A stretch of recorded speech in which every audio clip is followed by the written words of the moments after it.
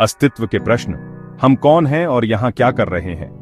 नवजात शिशु हो या कोई भी व्यक्ति जो अपनी चेतना विकसित करने का प्रयास कर रहा हो, सबसे पहले मन में यही प्रश्न आते हैं, हमें किसने बनाया, यह दुनिया क्या है, ब्रह्मांड क्या है, हम यहाँ क्या करने आए हैं, जीवन में हमारा लक्ष्य क्या है।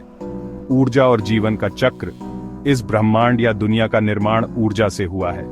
जैसा कि आप जानते हैं, ऊर्जा को न तो बनाया जा सकता है और न ही नष्ट किया जा सकता है, इसे केवल एक रूप से दूसरे रूप में परिवर्तित किया जा सकता है।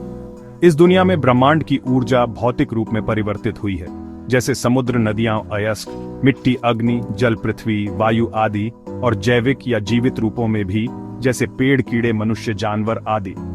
ऊर्जा से भौतिक रूप का निर्माण प्रारंभिक चरण है।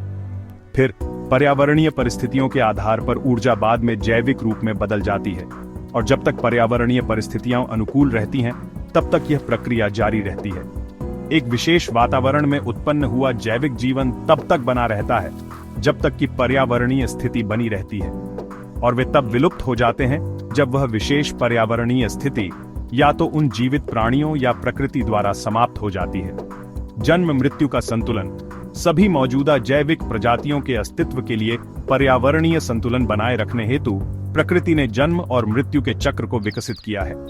किसी जैविक रूप का जन्म होने का अर्थ है कि ऊर्जा उपयुक्त पर्यावरणीय परिस्थितियों में एक जीवित प्राणी में बदल जाती है। उस जैविक रूप की मृत्यु का अर्थ है कि पर्यावरणीय संतुलन बनाए रखने के लिए प्रकृति ने इसे बनाया है। ऊर्जा अनंत काल तक किसी एक विशेष रूप में नहीं रह सकती। ऊर्जा का एक रूप से दूसरे रूप में रूपांतरण एक सतत प्रक्रिया है, जो कुछ भौतिक या जैविक रूपों के लिए धीमी हो सकती है और कुछ के लिए तेज। यह चक्र हमें सिखाता है कि जीवन एक सतत प्रवाह है, जिसमें हर रूप क्षणभंगुर है और संतुलन ही अस्तित्व का आधार है।